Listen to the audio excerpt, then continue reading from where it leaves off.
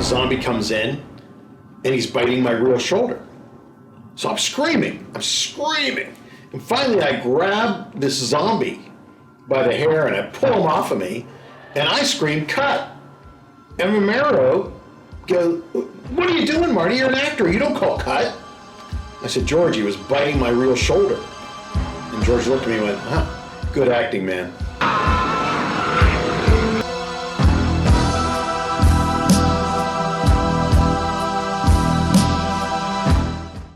I started acting when I was 14, but prior to that, my dad had given me a 8mm Kodak Brownie movie camera. There's one simple setting to make.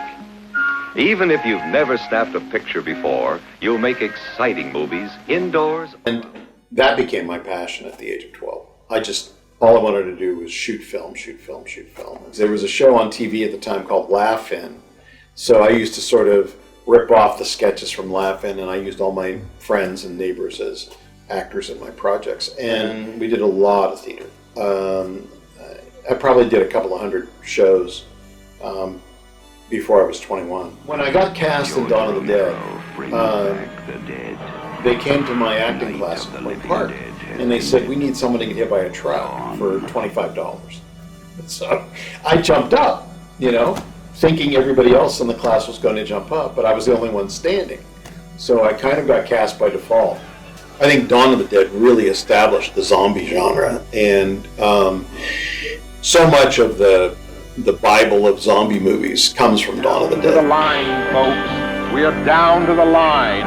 Dawn of the Dead.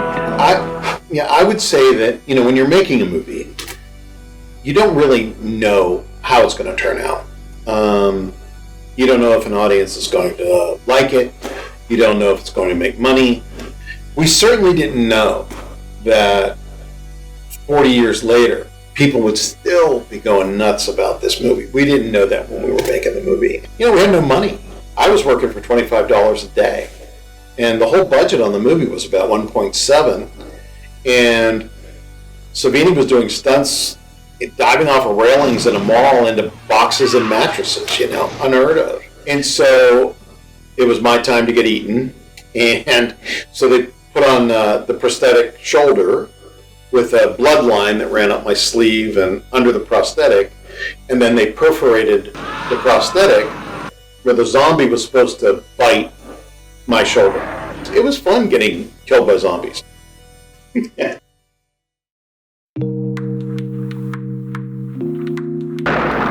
From the author of Carrie, The Shining, and Cujo, and the creator of Night of the Living Dead and Dawn of the Dead, you'll scream at ghastly ghouls. Creepshow, the most fun you'll ever have being scared. So the way Creepshow went, Nikki Mastandrea, who was George's key grip, asked me if I would come back. George had a part for me in the film, but Nikki wanted to know if I would come back and do the lighting as well. So I ended up as a grip on the film. I had done a lot of theater, and I had done a lot of lighting and design and operation. And in Creepshow, if you're familiar with the film, there's a lot of color changes when any action that sort of represents changing panels in a comic book. And this was 1981, so we really didn't have the luxury of digital back in those days. So we had to do them all by hand.